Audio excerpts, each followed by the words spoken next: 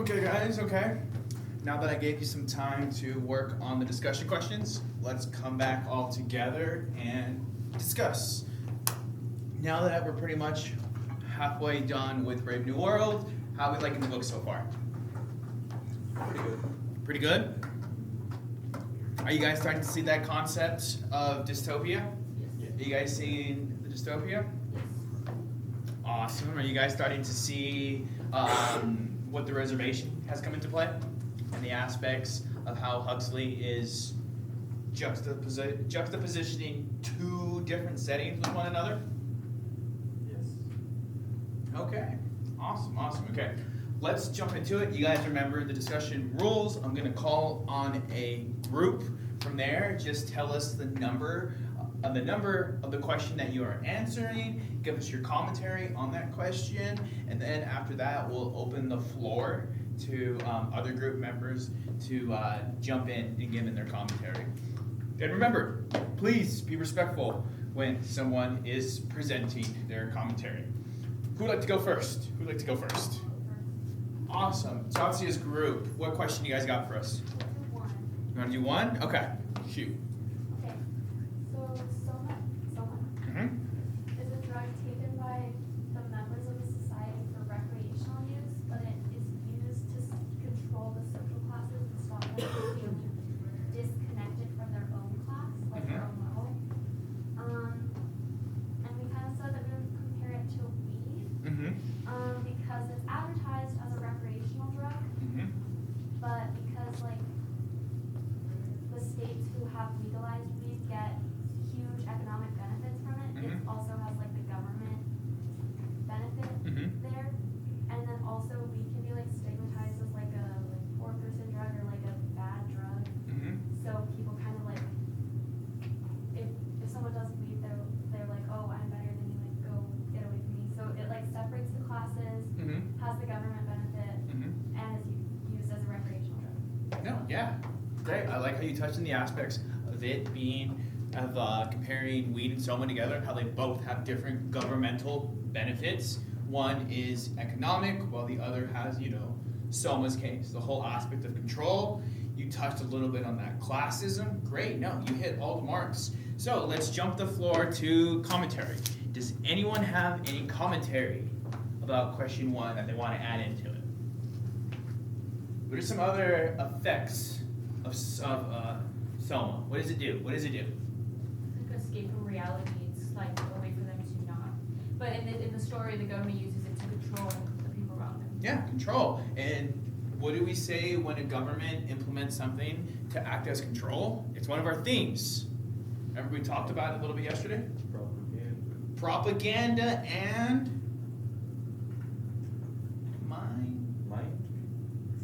mind control. Propaganda and mind control. Soma does blend into that so beautifully.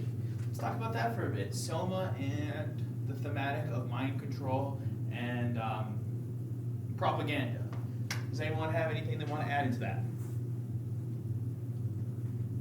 What do you think? What do you think, Paul? Someone kind of just gives their classes escape from any negative thought, Mhm. so they don't really think for themselves, and they just feed into anything that they're told by the government at that point. No, yeah. They feed into the soma, they feed into the government. And is it easier to control people or domesticated sheep? Sheep.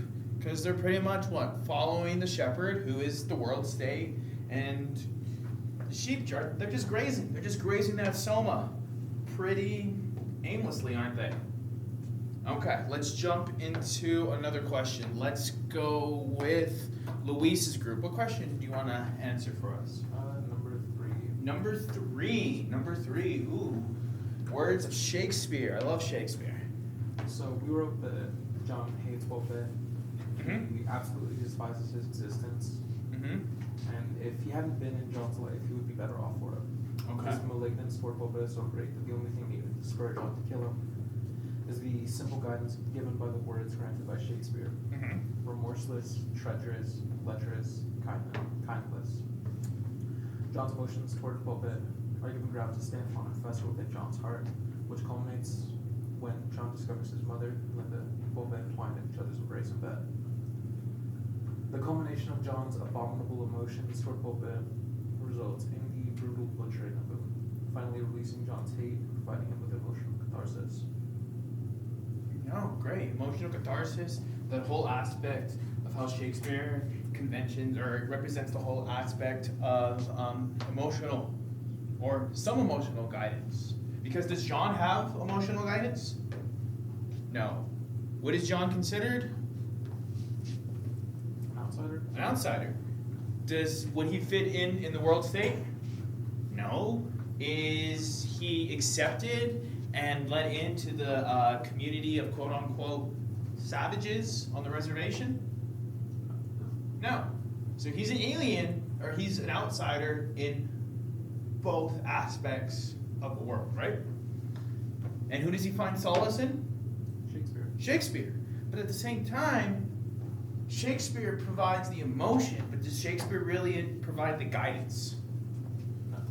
No, he's just kind of going through his own personal interpretation. And going back to the whole relationship between John and Pope, with Pope, isn't he the person who gave him the books?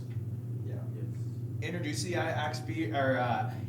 the aspects of Shakespeare to John, but at the same time, who is Pope in a relationship with? His mother. And who does he have deep feelings for? Mom. His mom. We don't know why those feelings are kind of interesting. Those feelings are up there. We know he has feelings. Some that, Freud might pick apart. But he does have feelings. And did he know how to communicate those feelings? No. What do you think he felt when he saw his mother and John interloping with one another? Betrayal. Betrayal, anger, some might even say jealousy. And what does Shakespeare say if someone angers you, if someone betrays you, or sometimes if you feel jealous? What does Shakespeare usually resort to? Murder, killing them. And is that a healthy way to deal with our emotions? Yes. Yes? No? Maybe so. Maybe so. But even that whole appreciation of art, what does that say about the community of savages? Do they respect culture and literature, or are they opposed to it? They respect it. They're into art and literature. And what else can we know from the text where they're into culture?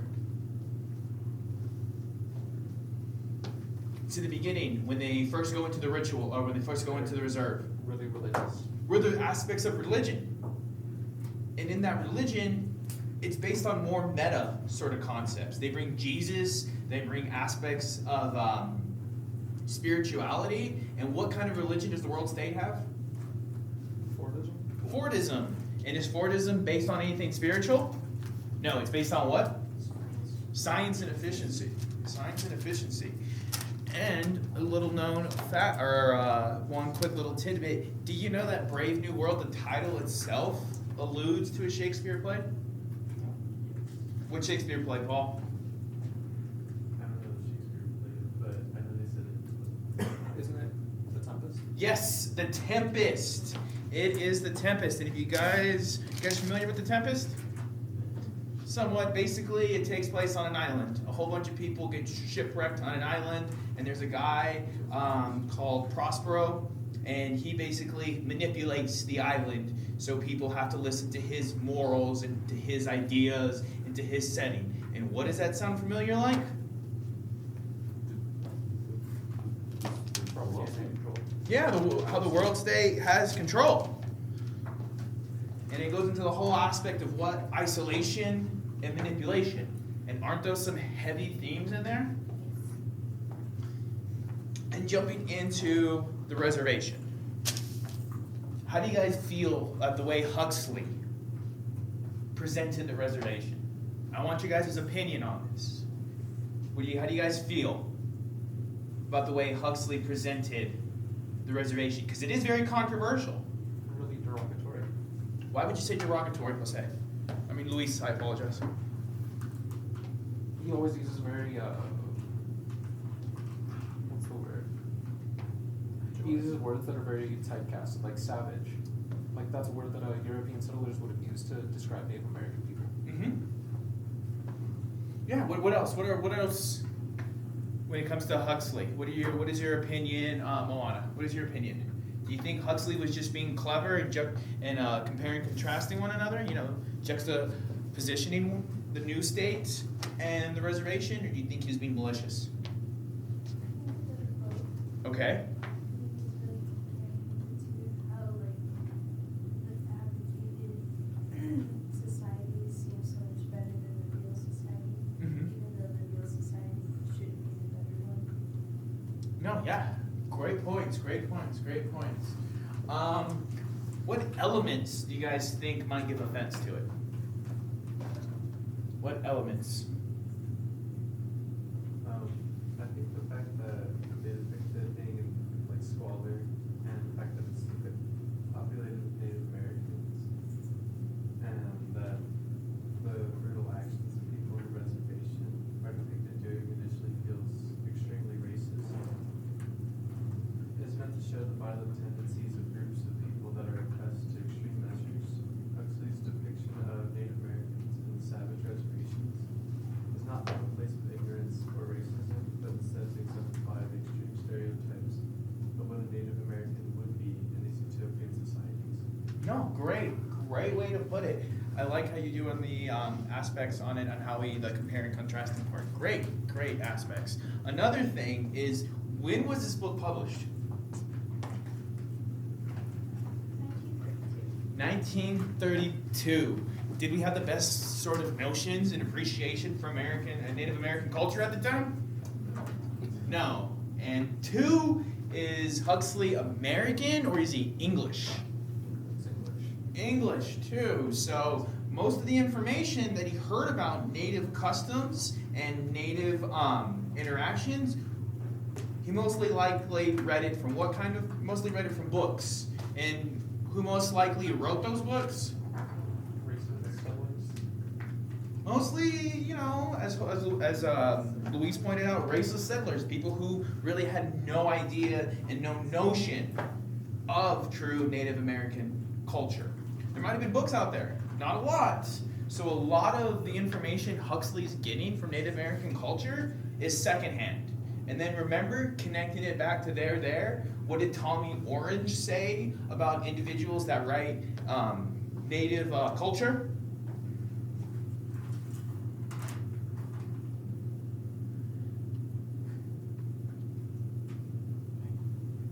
What was the question? What did, connecting back to there, what did Tommy Orange say about individuals who write about Native culture who are non-Native? They don't have the right experience to portray it properly. They don't have the right experience to portray it properly.